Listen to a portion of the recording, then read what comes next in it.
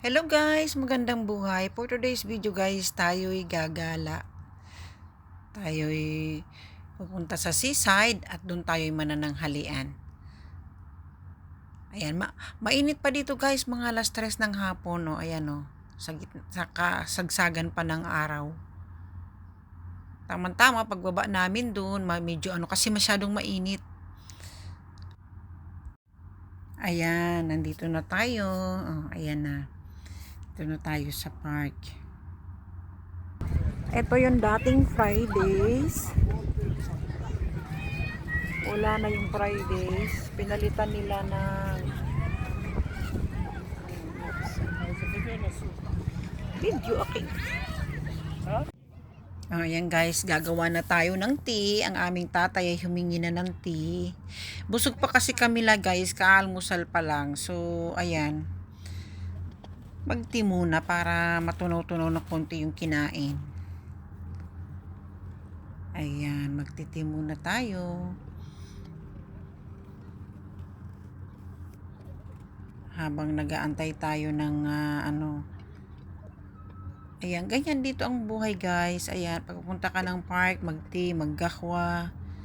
Ayan. Malaki na yung aming anak. Dati dito namin siya dinadala. Pag maglalaro siya dyan, magsiswing siya, siya. Ngayon malaki na siya. Ayun, naglalaro pa rin siya. Ayun, nagsiswing siya kanina, hindi lang nakuha ng video.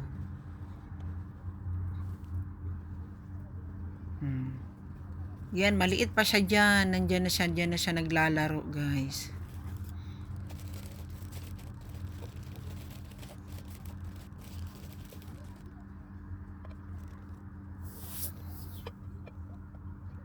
Ayan, nilabas natin yung natngatin.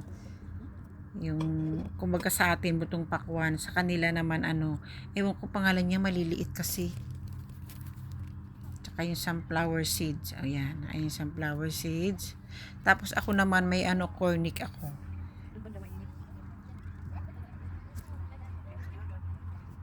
Ayan, seaside. Ayan, masarap dito guys magpahapahangin. Maganda ngayon kasi may hangin-hangin pa. Pag mga kagitnaan na ng summer guys, naku, ang hangin mainit na rin. So wala nang hangin. So samantalahin na namin umagang lumalabas kasi may hangin pa. Ayan. Pag ganyan, magpahangin-hangin ka, relax-relax, magtiti. Ayan, ganyan ang buhay dito sa Middle East. Kasi pag mainit na, wala na, hindi ka na makalabas. Sa bahay ka na lang, gagala ka na lang sa mga mall-mall. Mag-malling na lang na mag-malling. Pero pag sa park, hindi ka na makalabas kasi mainit na, grabe ng init. Gabi pwede, pero gabi rin, mainit din ang hangin. So, wala rin.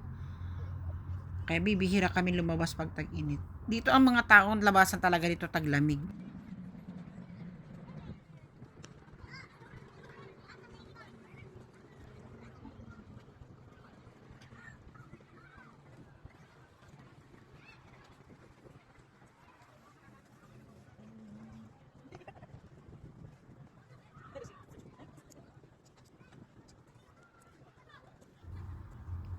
Ayan guys, may part 2 ito guys. Abangan nyo na lang po yung part 2. Thank you for watching.